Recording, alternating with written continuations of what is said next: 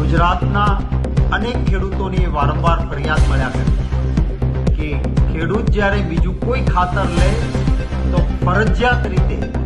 એને nano urea compulsory ફરજિયાત રીતે ખેડૂતને જરૂર હોય ન હોય, જોઈતું હોય ના જોઈતું હોય તો પણ આપવાની એક પ્રવૃત્તિ ચાલે છે। એ ફરિયાદ વારંવાર આવવાના કારણે રાજ્યસભામાં મેં પ્રશ્ન પૂછેલો અને આજે રાજ્યસભામાં મારા પ્રશ્નના જવાબમાં કેન્દ્ર સરકારે એવું કહ્યું છે કે કેન્દ્ર સરકારની સૂચનાઓ છે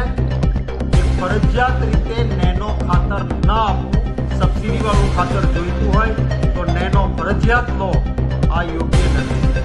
ગુજરાત સરકારે પણ કેન્દ્ર સરકારને જવાબ લેખિતમાં આપ્યો છે કે આ પ્રકારે નેનો ખાતર ખેડૂતને ફરજિયાત નહીં અપાવવું જોઈએ। અમે પરિપત્ર પણ કર્યો છે। ત્યારે મારે ગુજરાત સરકારને વિનંતી છે કે જ્યારે સંસદમાં મને લેખિત જવાબ કેન્દ્ર સરકારે આપ્યો છે ને ગુજરાત સરકારે કેન્દ્ર સરકારને લેખિતમાં આપ્યો, તો આમ છતાં ગુજરાતના ખેડૂતને દરેક જગ્યાએ જ્યારે કોઈ પણ ખાતર લેવું હોય ત્યારે નેનો યુરિયા આપવાનો પ્રયત્ન ફરજિયાતપણે થાય છે। સરકાર આની ગંભીરતાથી નેનો ગમે તેટલું સારી દલીલો તમારી હોય, આખરે ખેડૂત નક્કી કરે કે મારે મારી જમીનમાં નેનો યુરિયા વાપરવું છે કે ના, હું પ્રણાલીગત જે યુરિયા વાપરવું છે એ જ મારે વાપરવું છે, નક્કી કરવાનો અધિકાર એ ખેડૂતનો અધિકાર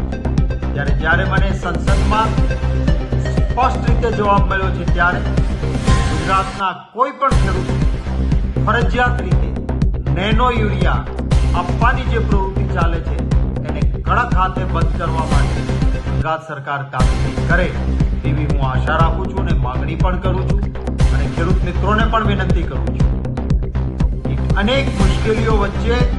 કુદરતને કોઈ સાચામાં સાચી રીતે સમજી શકવાની ઉત્તમ લેબોરેટરી સમાન કોઈ હોય તો એ ખેડૂત છે।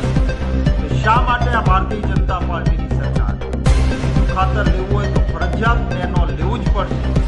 આ જે આગ્રહ રાખે એના સામે મૌન બનીને અન્યાય સહન ખેડૂત મિત્રો પણ ના કરે, અવાજ ઉઠાવે અને જ્યાં જ્યાં જરૂર પડે ત્યાં કોંગ્રેસના કાર્યકર્તા મિત્રો આ માટે અવાજ ઉઠાવતા આવ્યા છે। આગામી દિવસોમાં પણ જરૂર પડે એમને પૂરો ખેડૂત મિત્રોને કોંગ્રેસના કાર્યકર્તાઓ પણ સાથ આપે